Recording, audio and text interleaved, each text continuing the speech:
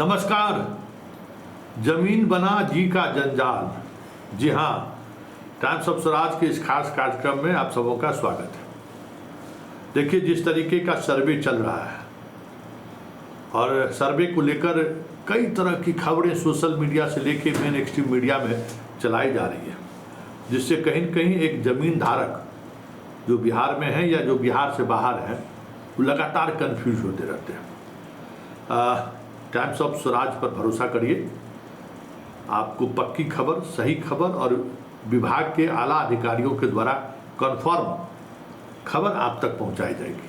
कोई समस्या हो तो आप मैसेज कर सकते हैं, कोई समस्या हो तो आप मैसेज के सहारे मेरे फ़ोन नंबर पर के व्हाट्सअप नंबर पर भी आप मैसेज कर सकते हैं। मेरा व्हाट्सअप नंबर 9431443901 है, 9431443901।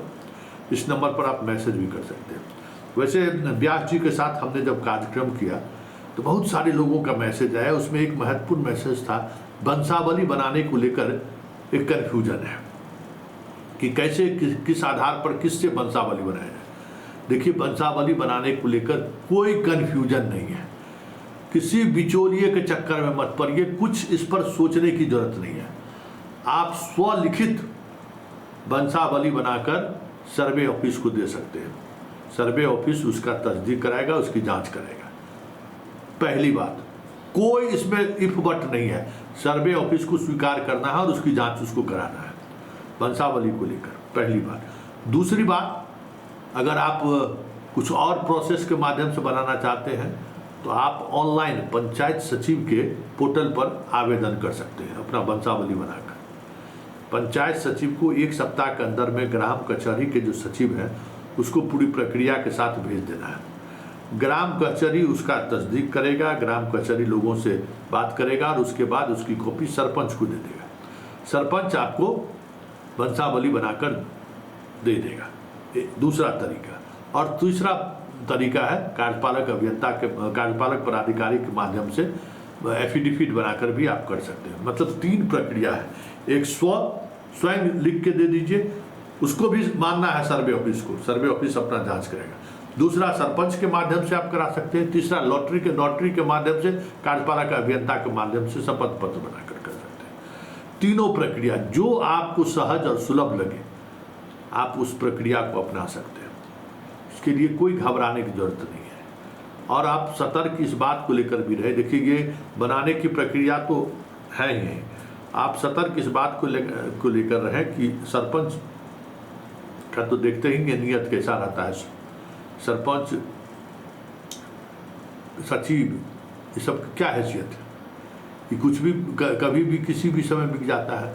तो गलत वंशावली आपका नहीं बन जाए, इस पर ज़्यादा ध्यान रखने की जरूरत है। इसलिए सतर्क रहिए, सर्वे ऑफिस के हर इंफॉर्मेशन पर नज़र रखिए। वैसे हम आपको सब इंफॉर्मेशन देंगे, आप चिंता मत करिए। बिहार में हैं या बिहार के बाहर हैं, वो निश्चिंत रहिए।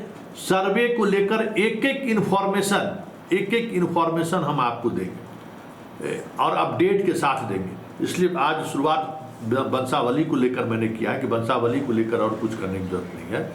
और कल हम आपको बताएंगे विस्तृत तरीके से कि वंशावली को लेकर अगर कहीं कोई जैसे आप खतियान को लेकर क्या क्या चीज़ें आपको, कौन कौन सा डॉक्यूमेंट्स आपको सर्वे ऑफिस को देना है, उस डॉक्यूमेंट्स में कोई परेशानी है, कोई समस्या है तो उसका समाधान कैसे हो सकता है, ये सारी बातें हम आपको बताएंगे। बिहार में कितने तरीके की ज़मीन है, उस ज़मीन के मालिकाना हक को लेकर समय समय पर कोर्ट का क्या फैसला आया है, इन सारी बातों का विस्तृत तौर पर हम चर्चा करेंगे ताकि आपको सर्वे को लेकर परेशान होने की जरूरत नहीं है। सर्वे, एक बात समझ लीजिए, सर्वे होने से ऐसा नहीं है कि आपकी ज़मीन से आपका दखल दिहानी हट जाएगा। आपका दखल रहेगा। सर्वे सिर्फ उसको कन्फर्म करेगा कि हाँ आप इसके मालिक हैं। सर्वे का यही काम है। सर्वे ऐसा नहीं है कि आपके पोजीशन से जो है आपको हटा देगा। ये बात समझ लीजिए, सर्वे के धौस में भी नहीं आना है। सर्वे का अधिकारी अगर कुछ नाजायज करते हैं तो फिर आप हमसे संपर्क कर सकते हैं। उनके आला अधिकारियों, मैंने कहा ना कि आला अधिकारी इसमें लगातार संपर्क में हो। एक एक इन्फॉर्मेशन स्टेप बाय स्टेप जो जो चीज़ इन्फॉर्मेशन चाहिए सारे के सारे इन्फॉर्मेशन आपको समय के साथ मिलता रहेगा। तो आज हमने आपको वंशावली को लेकर आपको हमने जानकारी दी। अब कल जो मैंने कहा है उस बारे में विस्तृत जानकारी किसी एक्सपर्ट से बात करके हम आप तक पहुंचाएंगे। नमस्कार।